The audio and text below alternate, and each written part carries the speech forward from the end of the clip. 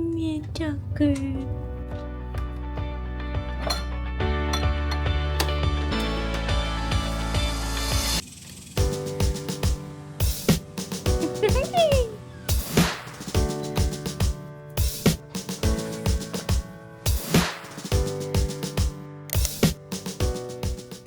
Hey beautiful people, and welcome to today's video. I am literally so excited because I thought I'd take you guys along with me editing for one of my amazing YouTuber clients. Being a freelance editor, every day could kind of look different. For this particular client, I specialize in her vlogs, which is literally so fun to me. I thought it'd be really interesting to kind of share what it's like to edit for a YouTuber, whether that's the software I use, how I kind of go about my cut, and kind of bring you guys along on a day with me. So, side note, I'm actually gonna pop to a coffee shop. I am really excited to go to one of my favorite coffee shops in town and kind of like do most of the rough edits there. Normally, I do edit over here on my desk. I'll show it on the screen here with my nice little monitor and my computer. Especially being self-employed, it's really nice to get a little bit of change in the scenery, and so today I'm gonna head to a coffee shop. I do want to note that I will be blocking the client's name, any photos I will blur just for their privacy. So in this video, like I said, I'm gonna kind of go step by step on what I do in a day-to-day edit and kind of bring you guys along. If you guys have any more detailed questions and more specifics, I'd love to do another video. Just send some comments down below and I'd be happy to respond to them either there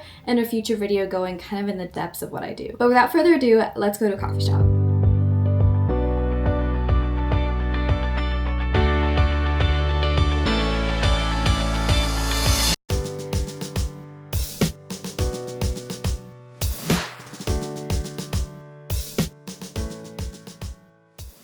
Okay, so my first step to really get things going is, of course, downloading the footage.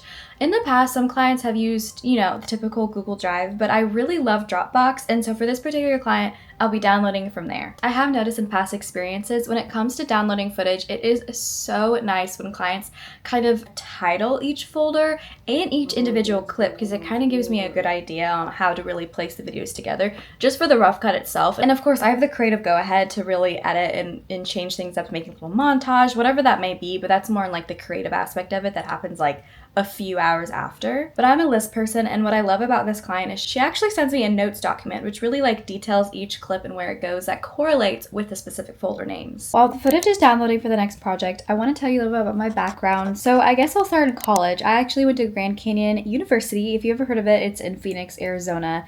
And I kind of fell into it. I'm not gonna lie. I have always had a love for YouTube, that's for sure. My favorite YouTuber all time has always been Sydney Serena, Jacqueline Brooke, like those type of people. And so when I say I fell into it, it was like a passion of mine, but I didn't necessarily know that it could turn into a career, a side gig. My freshman year of college, I actually got a student worker job, and they literally had a student worker job where I could edit for the actual college. We also had a really cool, well, I think was very cool, a channel called Living as Lopes, and students got picked as the cast for the campus. Pretty much like day-to-day life, what it's like to live as a Lope, which was our mascot at the college. And so I got into that job and I learned so much. We hopped from, I believe I started in Final Cut, and then we hopped to DaVinci Resolve, which is another editing platform. And then by the time I stopped working there to finish my last semester of college, my senior year, we hopped to another editing software that was called Premiere Pro. And so I got to experience a lot of different editing softwares, a lot of different editing styles, and it was really cool to learn from the ground up. That's essentially how I got into editing. And then from there on, I've just kind of made connections. Really, I would say that's where it's at when it comes to business, entrepreneurship, editing, freelance.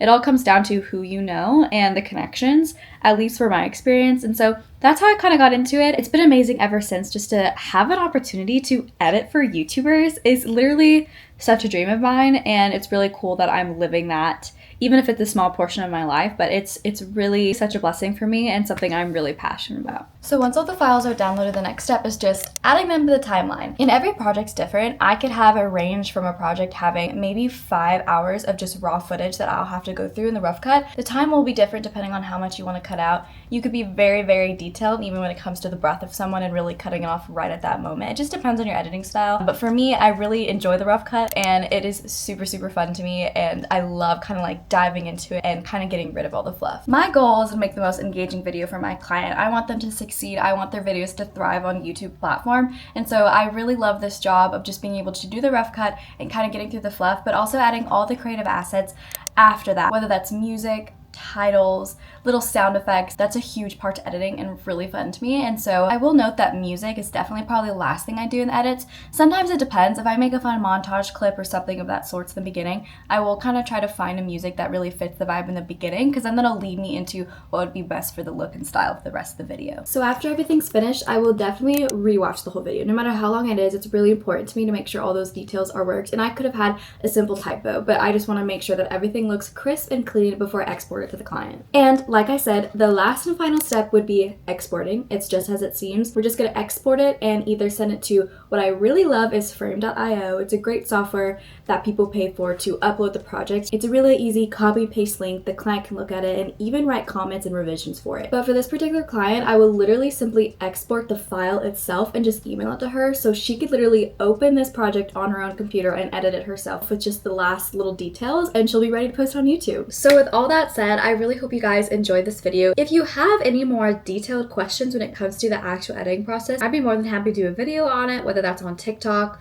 Instagram, YouTube even. Editing is such a passion of mine, and it means the world that you even found me, my channel, and these videos that I do. I'm so blessed to even have the opportunity to edit for big time YouTubers, big time influencers. It is literally such a blessing and something I hope I continue to grow, even if it's small right now. It is definitely something that makes me so happy, and it's something I look forward to in the mornings when I have a new project. It literally brings me so much joy. So thank you so much again for watching this video. Until next time, definitely be sure to subscribe to my channel if you haven't already, give it a thumbs up, and I'll see you guys in the next video. Bye guys.